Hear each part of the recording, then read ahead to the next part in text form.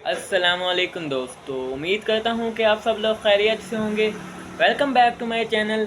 آج کی ویڈیو میں ہم کچھ ایمرجنسی کنڈیشنز کے بارے میں بات کریں گے جو اس وقت پاکستان میں چل رہی ہیں۔ تو اس معاملے میں ہم بات کرتے چلیں کہ آج کل جو ویدر کنڈیشن پاکستان میں چل رہی ہے تو اس کو ہم نظر انداز نہیں کر سکتے۔ تو اب ویدر کے جو چل رہے ہیں اثرات کے پاکستان میں بارشیں بہت زیادہ ہو رہی ہیں، اور اس کے ساتھ ساتھ جو ایک بات قابل غور ہے وہ یہ ہے کہ جب بارشیں زیادہ ہوتی ہیں اور ایک طرف گرمی بھی بہت پچھلے مہینے پڑی تھی، تو پچھلے مہینے تو گلیشیئرز پگھل رہے تھے، لیکن اس مہینے بارشیں ہو رہی ہیں۔ اب اس کے جو ہمیں امپیکٹس نظر آئیں گے، جو اثرات نظر آئیں گے، اس کے بارے میں ہم ایک چھوٹی سی گفتگو کرتے ہیں کہ جو مونسون کا جو ہم پہ اثر انداز ہو رہا ہے کہ مونسون کی وجہ سے نا ایک سب سے بڑی بات یہ ہو رہی ہے کہ فلڈز وغیرہ انکریز ہو رہے ہیں، اور ریسنٹ پاکستان میں بہت زیادہ فلڈنگ کیسز آ رہے ہیں۔ ہر سال پاکستان میں بہت زیادہ سیلاب آتا ہے اور پھر پاکستانی حکمران باہر بھاگتے ہیں چاہ کے چندہ اکٹھا کر لیا جائے۔ تو کیا ہم اس سال سیلاب سے خود اکیلے نمٹ سکتے ہیں یا پھر ہمیں پھر وہی باہر کے ممالک سے چندہ اکٹھا کرنا پڑے گا؟ تو جو مونسون کا امپیکٹس ہے، سب سے پہلے تو جو سویئر فلڈنگ ہو رہی ہے اس کے بارے میں ہم بات کرتے ہیں کہ ریسنٹ مونسون جو بارشیں ہوئی ہیں وہ بہت زیادہ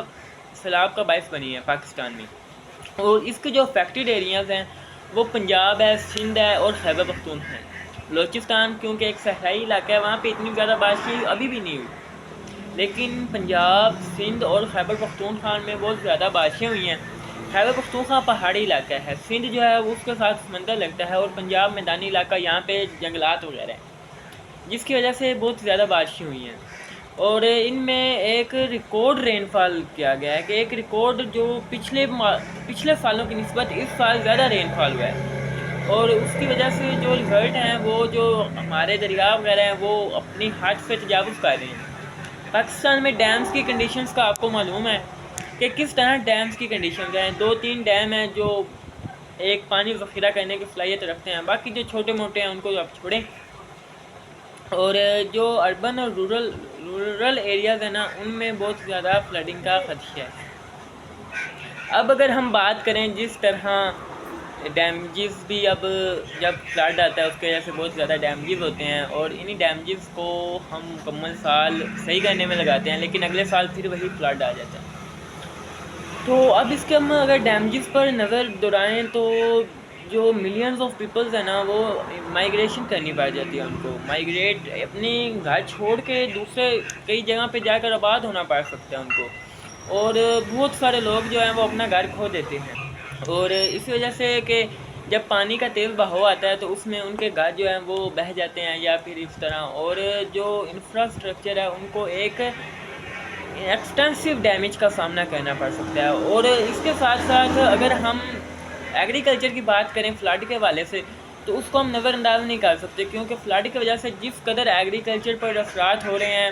شاید ہی کوئی سی اور چیز پر اتنے اثرات ہوں، کیونکہ جن ایریا میں فلڈنگ زیادہ ہوتی ہے وہاں پہ مکانات تو کم ہوتے ہیں لیکن وہاں پہ فصلیں بہت زیادہ ہوتی ہیں،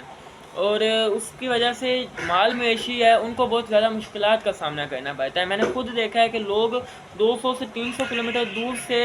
اپنے مال مویشی لے کر آتے ہیں اور پھر جہاں پہ رکھتے ہیں، پھر وہ ان کے لیے چارہ اور پھر اس طرح کے بہت سی مشکلات کا سامنا کرنا پڑ سکتا ہے عوام میں، ٹھیک ہے۔ اور جو اس کے بعد ہیں فردر کراپس کے جو ریٹس ہیں وہ بھی بہت کم ہو جاتے ہیں، کیونکہ ایک 100% کراپس نہیں حاصل کی جا سکتی،